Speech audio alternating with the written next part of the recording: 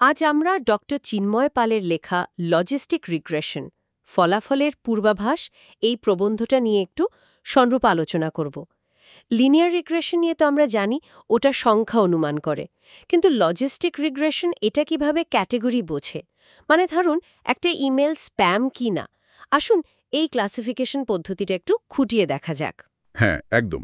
আর এর সবচেয়ে ইন্টারেস্টিং ব্যাপার হলো এটা কিন্তু সরাসরি হ্যাঁ বা না বলে না। এটা আগে একটা সম্ভাব্যতা মানে প্রবাবিলিটি হিসেব করে, কোনো ঘটনা ঘটার চান্স কতটা সেটা বলে।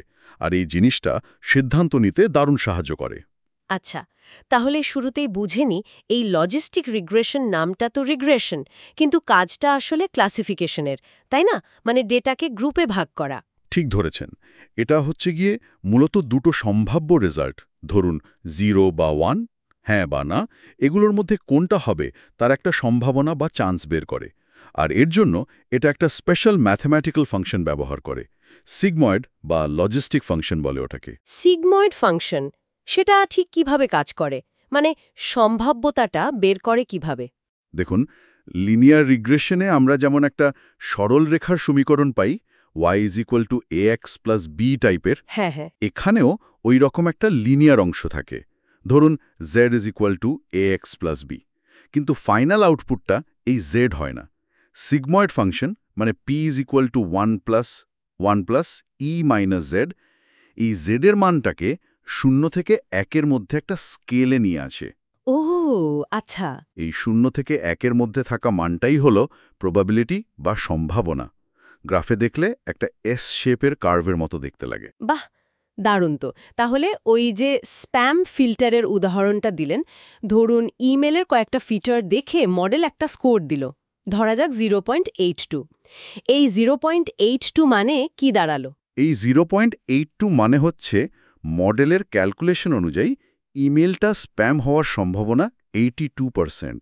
বেশ হাই। হুম। এখন আমাদের একটা ডিসিশন পয়েন্ট বা থ্রেশহোল্ড ঠিক করতে হয়। ধরুন আমরা ঠিক করলাম 0.5। যেহেতু 0.82 এই 0.5 এর চেয়ে বেশি, ইমেলটাকে আমরা স্প্যাম বলে ধরব। যদি স্কোরটা ধরুন 0.3 হতো, তাহলে 0.5 এর কম মানে স্প্যাম নয়। বুঝেছি বুঝেছি। এই থ্রেশহোল্ডটা তাহলে আমরা নিজেরা সেট করতে পারি প্রয়োজন অনুযায়ী? হ্যাঁ, অবশ্যই। প্রয়োজন অনুযায়ী এটা অ্যাডজাস্ট করা যায়। আচ্ছা, তাহলে লিনিয়ার রিগ্রেশনের সাথে বেসিক তফাৎটা হলো লিনিয়ার সরাসরি একটা ভ্যালু বলছে, যেমন বাড়ির দাম, আর লজিস্টিক একটা প্রবাবিলিটি দিচ্ছে, যার উপর বেস করে আমরা ক্লাসিফাই করছি। একদম। আচ্ছা, আপনি শুরুতে সরল রৈখিক সীমানার কথাও বলছিলেন না, মানে লিনিয়ার ডিসিশন বাউন্ডারি? হ্যাঁ, ঠিক। দেখুন, যদিও আউটপুটটা একটা সম্ভাবনার কার্ভ, মানে এস শেপের, কিন্তু ডেটাগুলোকে আলাদা করার জন্য লজিস্টিক রিগ্রেশন কিন্তু প্রায়শই একটা সরল রেখা বা উঁচু ডাইমেনশনে একটা প্লেন ব্যবহার করার চেষ্টা করে। এটাই ওর ডিসিশন বাউন্ডারি। আর এই কারণেই এটা বেশ সিম্পল আর ইন্টারপ্রেট করা সহজ। হুম। কিন্তু এটাই আবার এর একটা লিমিটেশনও। যদি ডেটাগুলো খুব জটিলভাবে ছড়ানো থাকে, যা একটা সরল রেখা দিয়ে ঠিকঠাক ভাগ করা যায় না, মানে নন লিনিয়ার প্যাটার্ন, তখন লজিস্টিক রিগ্রেশন খুব একটা ভালো কাজ করে না। তার মানে এর সরলতাই এর পাওয়ার, আবার সরলতাই এর দুর্বলতাও বটে। আচ্ছা, এটা কি শুধু দুটো ক্যাটাগরি মানে বাইনারি কেসের জন্যই ভালো? মূলত বাইনারি ক্লাসিফিকেশনের জন্যই এটা সবচেয়ে বেশি পপুলার, মানে হ্যাঁ না, 0-1। তবে এর অন্য ভ্যারিয়েন্টও আছে। যেমন ধরুন মাল্টিনোমিয়াল লজিস্টিক রিগ্রেশন। এটা কাজে লাগে যখন দুটোর বেশি ক্যাটাগরি থাকে, কিন্তু সেগুলোর মধ্যে কোনো অর্ডার বা ক্রম নেই। যেমন ধরুন ফলের রং লাল, হলুদ, সবুজ। ও আচ্ছা। আরেকটা আছে অর্ডিনাল লজিস্টিক রিগ্রেশন। এটাও দুয়ের বেশি ক্যাটাগরির জন্য, কিন্তু এখানে ক্যাটাগরিগুলোর মধ্যে একটা অর্ডার আছে। যেমন ধরুন স্যাটিসফ্যাকশন লেভেল লো, মিডিয়াল, হাই। ইন্টারেস্টিং। আচ্ছা, এই মডেলটাকে ট্রেনিং বা শেখানোর ব্যাপারটা কিভাবে হয়? মানে ভুল থেকে শেখে কিভাবে? হ্যাঁ, তার জন্যও ব্যবস্থা আছে। মডেলটা কতটা ভুল প্রেডিকশন করছে সেটা মাপার জন্য কিছু কস্ট ফাংশন ব্যবহার করা হয়। যেমন লগ লস বা ক্রস এন্ট্রপি। এই ফাংশনগুলো এমনভাবে ডিজাইন করা যাতে ভুল প্রেডিকশনের জন্য পেনাল্টি হয়। বিশেষ করে মডেল যদি খুব কনফিডেন্টলি ভুল বলে, তাহলে পেনাল্টি বেশি হয়।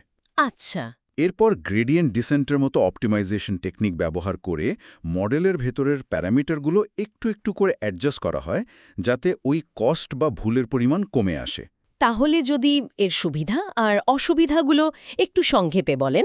সুবিধা অবশ্যই, এর সরলতা, ইমপ্লিমেন্ট করা সহজ, রেজাল্ট ইন্টারপ্রেট করাও সহজ, আর ওই যে প্রবাবিলিটি স্কোরটা দেয় ওটা খুব কাজের।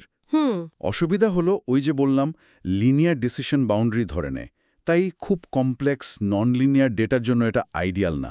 আর ভালো পারফরমেন্সের জন্য অনেক সময় বেশ ভালো পরিমাণ ডেটা লাগে। বুঝলাম। এর ব্যবহার তো তাহলে নিশ্চয়ই অনেক ফিল্ডে আছে। ওহ, বটেই তো, প্রচুর। যেমন ধরুন, মেডিকেলে রোগ নির্ণয়ের সম্ভাব্যতা বের করতে, ব্যাংকগুলোতে ক্রেডিট স্কোরিং মানে লোন দিলে ফেরত আসার চান্স কতটা। হ্যাঁ, এটা তো খুব কমন।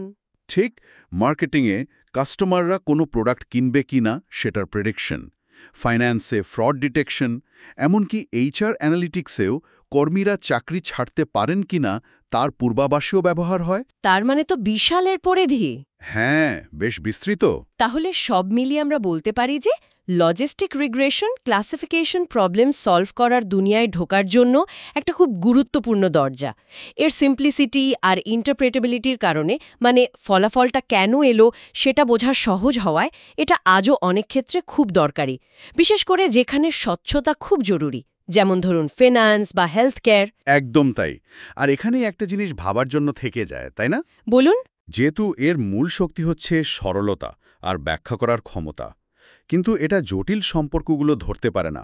তাহলে বাস্তব জগতের সমস্যা, যেখানে ডেটা তো প্রায় খুব জটিল হয়, সেখানে শুধু এই মডেলটার উপর ভরসা করাটা কতটা ঠিক? মানে ক্রেডিট স্কোরিং বা রোগ নির্ণয়ের মতো সেন্সিটিভ ক্ষেত্রে, যেখানে হয়তো প্রবাবিলিটি খুব কাছাকাছি, ধরুন 0.49 আর 0.51, সেখানে এর প্রয়োগের নৈতিক দিকগুলো কি হতে পারে? এর সীমাবদ্ধতাগুলো মাথায় রেখে আমরা এর আউটপুটকে কিভাবে ব্যবহার করব, সেটাই কিন্তু একটা বড় প্রশ্ন।